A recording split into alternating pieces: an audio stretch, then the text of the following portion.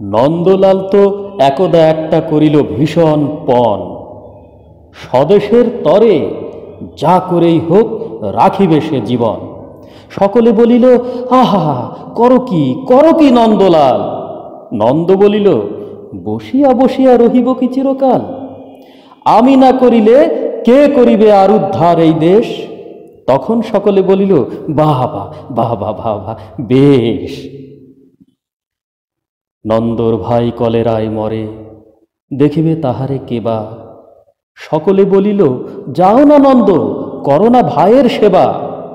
নন্দ বলিল, ভাইয়ের জন্য জীবনটা যদি দিই, না হয় দিলাম, কিন্তু অভাগা দেশের হইবে কি?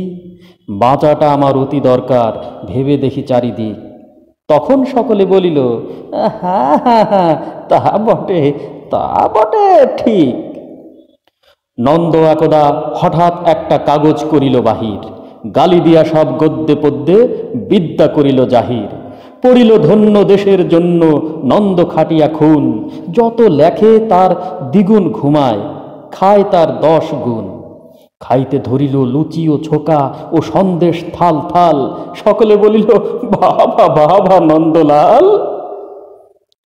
নন্দ একদা কাগজেতে এক সাহেবকে দেয় গালি। সাহেব আসিয়া গলাটি তাহার টিপিয়া ধরিল খালি। নন্দ বলিল, আহা, করো কি, ছাড়ো না ছাই। কি হবে দেশের গলা টিপুনিতে আমি যদি মারা যাই? বলো ক বিঘত, দিব নাকে খত, যা বলো করিব তাহা। তখন বলিল সকলে, বাহ বাহ বাহ বাহ। নন্দ বাড়ির হতো না বাহির, কোথা কি ঘটে কি জানি। চড়িত না গাড়ি, কি জানি কখন উল্টায় গাড়িখানি।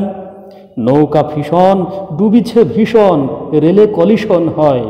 হাঁটিলে সর্প কুকুর আর গাড়ি চাপা পড়া ভয়। তাই শুয়ে শুয়ে কষ্টে বাঁচিয়ে রহিল নন্দলাল।